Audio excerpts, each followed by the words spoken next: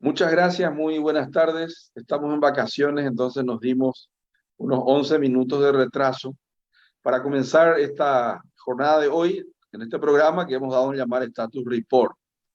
Yo soy Víctor Raúl Benítez, soy economista, creador de este programa, y en el día de hoy me tomé el atrevimiento de convidar a un amigo, también colega, economista, Julio Fernández, a quien lo conocí hace ya décadas. Él es un prestigioso economista que trabajó varios años para el Programa de las Naciones Unidas para el Desarrollo, pero hoy lo llamaron a jugar en primera. No es que las Naciones Unidas no sea, solo que tuvo que entrar en el Poder Ejecutivo a administrar o gerenciar una de las más importantes oficinas de recaudaciones y de control, e incluso de generación de empleo, se puede llamar así, como es la Dirección Nacional de las Aduanas Paraguayas. Y estuve mirando un informe que de casualidad llegó hasta mis manos. Entonces ayer tuiteé y le dije, Julio, vos tenés que explicar cómo se logra esto, porque tiene un récord en el año 2021 de recaudaciones que yo, tengo que decir, no me esperaba. Porque lo que yo veo de denuncias permanentemente es que hay contrabando, que es un país muy permeable, es un país donde la mayor parte de la población está rodeada de fronteras.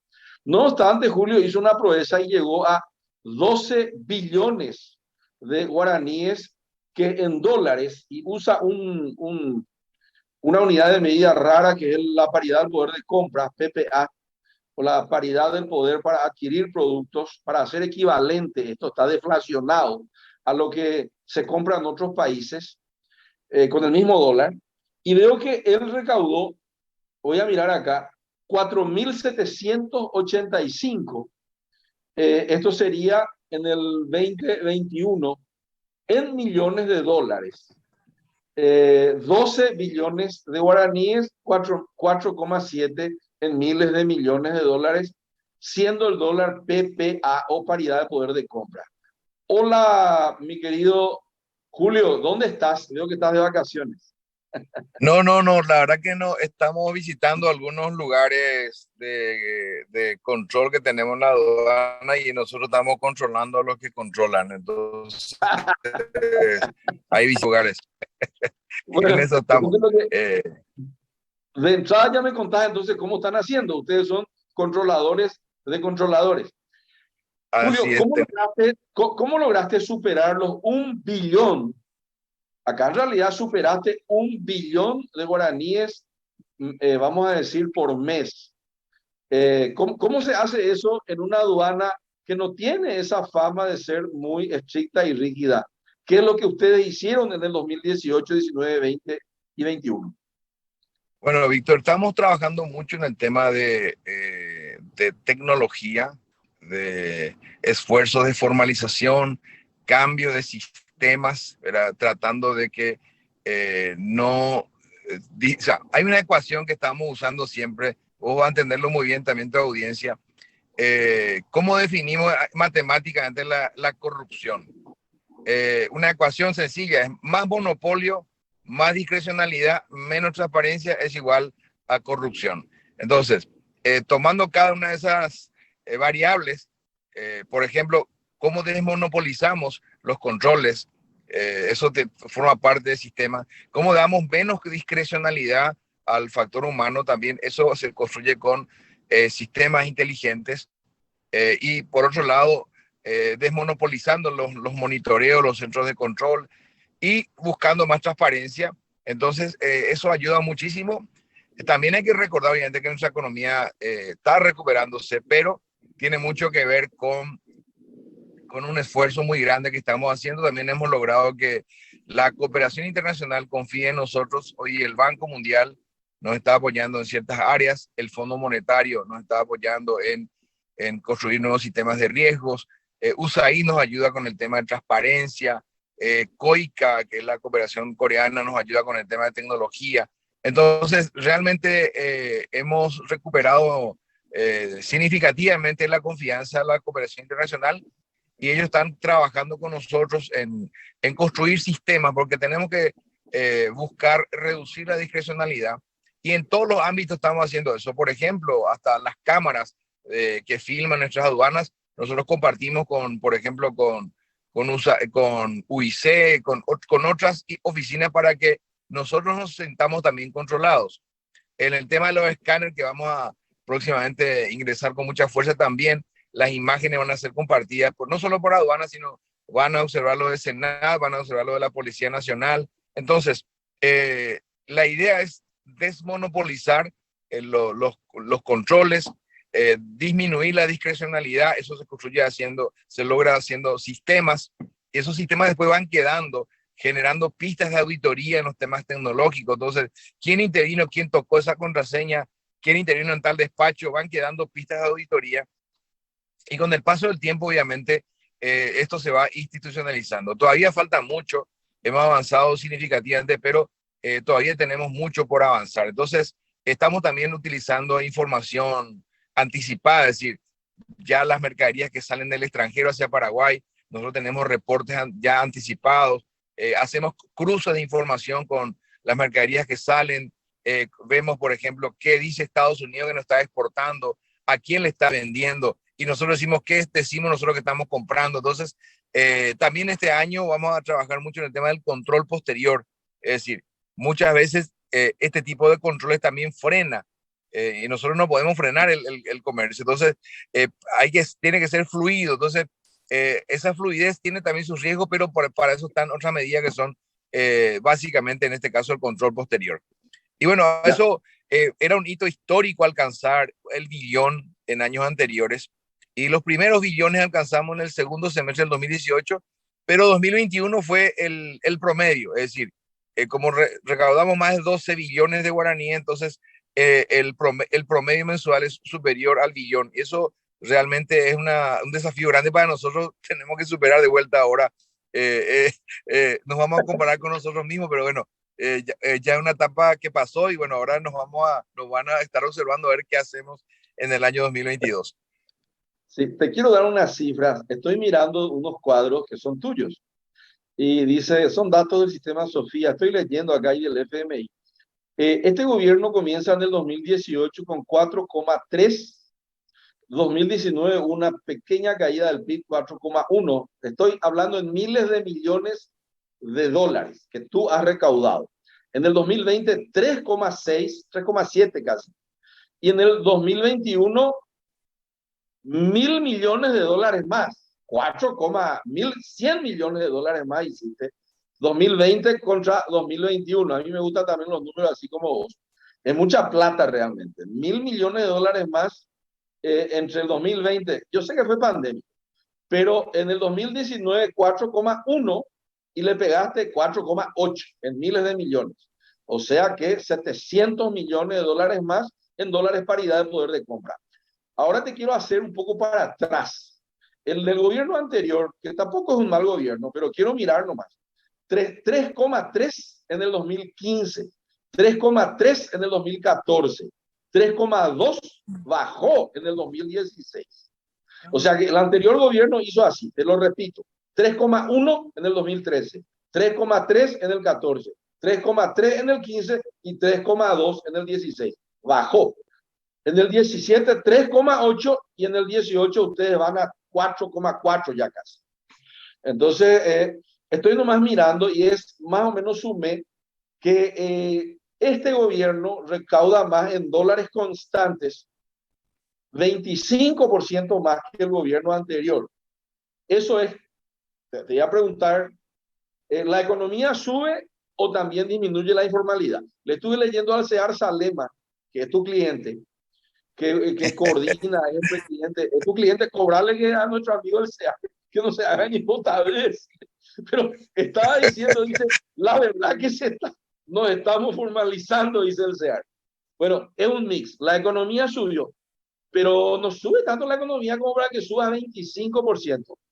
O la perrada está importando más, o este país se está desindustrializando. Pero también no todo lo que se importa es producto final, mucho de lo que se importa es insumo para la industria. Es así. Te pregunto, Sí es, ¿cómo sube así es. 25%? Y bueno, tiene que ver mucho también con la formalización, Víctor. Y por otro lado, es cierto lo que decís, lo que disparó con fuerza también son los bienes de capital. Aparte de los insumos, bienes de capital que obviamente implica un cambio también de perspectiva de los agentes económicos. Así, si se importan bienes de capital, significa que están con expectativas positivas para la inversión. Entonces, eso tiene un crecimiento importante. Desde el punto de vista del consumo, también hay un crecimiento importante de los vehículos, que eso se recuperó significativo. Eso significa que también que son bienes duraderos, que se compran a crédito.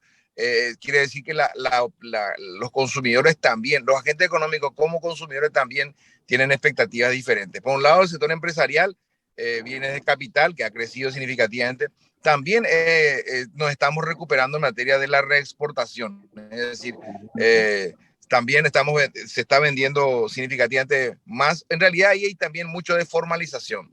Digamos, eso lo podemos saber comparando las exportaciones principalmente de tecnología o de celulares de alta gama que importamos para reexportar a Brasil. Eso ha crecido no tanto en volumen, sino en eso sí que ha mejorado significativamente en los registros.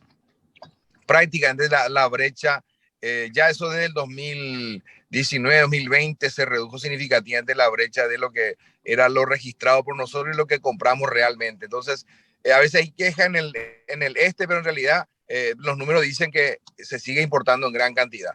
Y este cálculo que hicimos justamente, convertir a la paridad del poder adquisitivo, es porque hay demasiadas distorsiones, principalmente en la región. La moneda argentina, difícil ahora compararse con 1 millón de guaraníes. Un paraguayo puede comprar mucho más en la Argentina de lo que podía comprar hace 5 o 7 años atrás. Entonces, hay un periodo inflacionario que se genera en la región, hay devaluaciones, apreciaciones. Entonces, la manera más razonable y objetiva y justa, digamos, de comparar es de la paridad del poder adquisitivo, que es una innovación. Tanta distorsión ya es difícil después analizar. Entonces, esta medida nos permite hacer una comparación histórica y además geográfica, es decir, comparándonos con otras economías también. Porque este tipo de cambio está estimado para todos los países, el Fondo Monetario, el Banco Mundial, también el PNUD, que fue mi anterior casa, también estima y utilizan estos indicadores incluso para hacer comparaciones de diferencia en el Producto Interno Bruto per cápita. No es lo mismo tener $1.000 en Paraguay que en Burundi o en Nueva York o en San Pedro. Entonces, por eso es importante, digamos, usar una medida equivalente que nos permita hacer, digamos, comparaciones justas. Otra vez le escuché a un colega, bueno, él es abogado, pero es colega tuyo de trabajo y es amigo mío.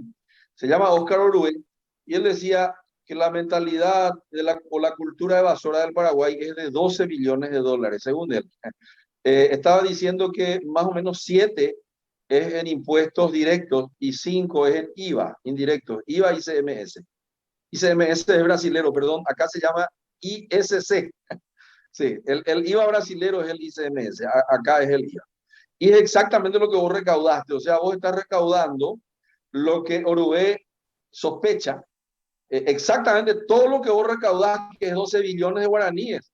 Es 12 billones de guaraníes, es lo que Orué cree de que se evade en Paraguay.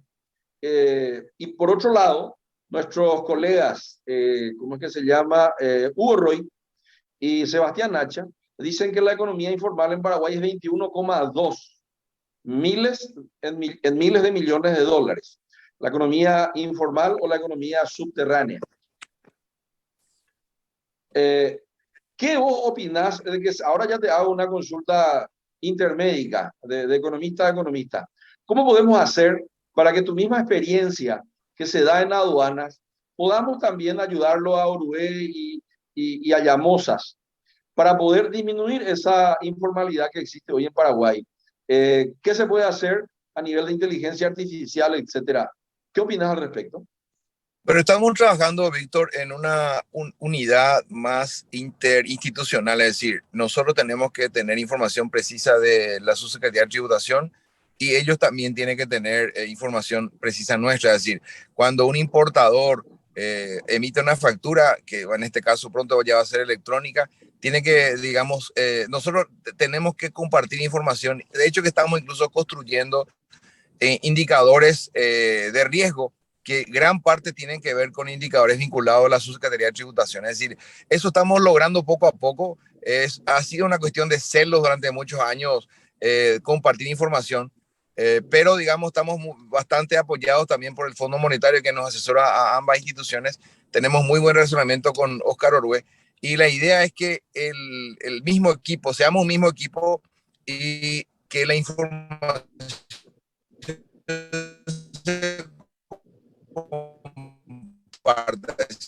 porque si bien cuando después repercute en la subsecretaría y si a nosotros nos burlan los controles, obviamente le va a impactar a la subsecretaría de tributación. Entonces, necesariamente tenemos que trabajar en equipo. Ahora, yo creo que hay que interpretar bien también el tema del, no te escuché porque justo se fue la señal, pero entendí que hablaste de la economía subterránea que plantea el equipo eh, yo no quiero parecer soberbio, pero el primer autor de ese material, de ese estudio, fui yo. Entonces, lo No, hicimos pero con un grupo. te Y usan como ahora antecedente. Yo recuerdo que vos me yo, mostraste tu análisis. yo ahora trato, no sé si me arrepiento de haber hecho ese estudio o no, porque estoy en el lugar de control, pero ese concepto no es solamente contrabando. Ahí incluso se incluye, por ejemplo, el no pago a IPS, por ejemplo, entra la piratería. Es una estimación que se hace con tres métodos: el método laboral, el método financiero y el método del el insumo físico. Entonces, es, un, es para detectar el tamaño del cáncer, pero del tumor, ¿verdad? Pero no sabemos exactamente qué porcentaje es contrabando, qué es piratería, cuál es falsificación. Hasta entra el narcotráfico ahí. Entonces, realmente a veces cuando se habla de que es cerca del 40%, probablemente esté sobredimensionado porque no es precisamente, ahí también entra el tema de la droga, que digamos Paraguay es un país de tránsito, el lavado también. Entonces, el siguiente paso que hay que dar con ese estudio es analizar con un microscopio el tumor y ver efectivamente qué corresponde a contrabando, cuánto a lavado, cuánto. Ese paso no, en mi caso no lo hemos dado todavía y creo que falta avanzar hacia ese análisis un poco más que permita discriminar. Entonces, para medir efectivamente cuánto es el tamaño de la evasión, que creo que se acerca más a lo que plantea en este caso Oscar Orue. Sí, que yo creo que también es lo que dice Oscar Orue. 12 billones en guaraníes y que por allí está. Ahora, hay también un tema que la otra vez estuve hablando con Amílcar Ferreira en una cena y me dice él, parece una conversación de médicos, ¿verdad? Estamos hablando como economistas. Y me dice Amílcar, vos sabés que gran parte de la economía informal o subterránea en alguna parte se comunica con la formal, por ende, no todo es informal, porque gran parte de la informal está generando IVA, en algún momento dado genera IVA, en algún momento dado genera renta, en algún momento dado genera selectivo al consumo. Hasta un obrero de la marihuana tiene que comprar únicamente nafta para moverse en la moto. Es un ejemplo así. Y allí ya paga selectivo al consumo, dice. O tiene que irse Así únicamente mismo al... es. Así es porque justamente el cálculo que hace el Banco Central por varios métodos que saca el Producto Interno Bruto, está el consumo.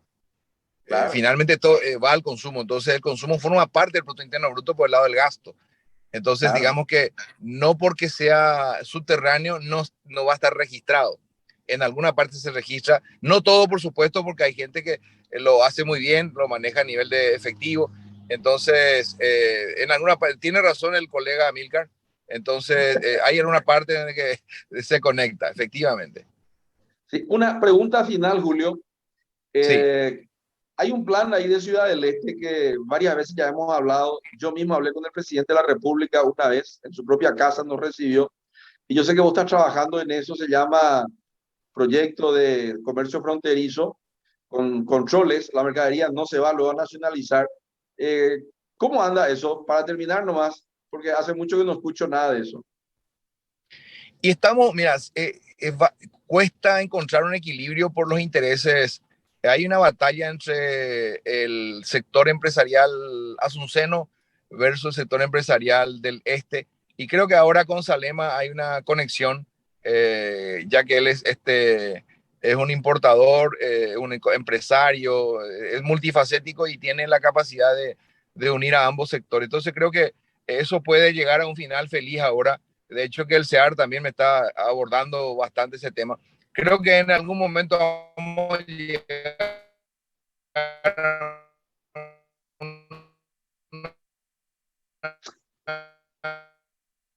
Hola, no te escucho bien, pero ya entendí. a un equilibrio de la economía. Un óptimo de Pareto próximamente. Sí, sí, sí, sí. Sí, sí, yo ya entendí bien ya. O sea que en algún momento dado se puede llegar.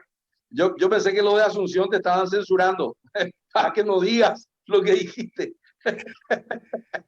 Bueno, pero no importa. Yo también estoy interesado porque hay productos de empresas donde yo estoy relacionado, que son empresas paraguayas que fabrican marcas internacionales con licencia internacional, pero que también van a poder vender por ese régimen. Esa era una de las razones por las cuales una vez me sumé yo a ese equipo y lo visité al señor presidente, muy gentilmente nos recibió y a partir de allí empezamos a hablar contigo y con Orue, que también está buscando la salida de manera que no haya evasión también por ahí y que todo el mundo vaya impuesto. Te mando un abrazo, Julio. Que Dios te bendiga. Gracias, Víctor. Gracias. Igualmente, hablamos. Listo. Chao, gracias, chao. Gracias. Chao, chao. Chao, chao.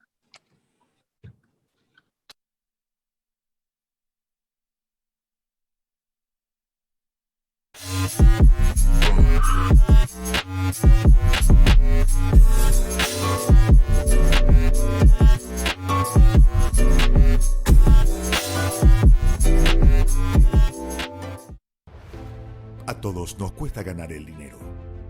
Por eso entendemos el valor de cuidarlo. Hoy más que nunca, creemos que es fundamental elegir las cosas que nos gusta hacer. Y para poder hacer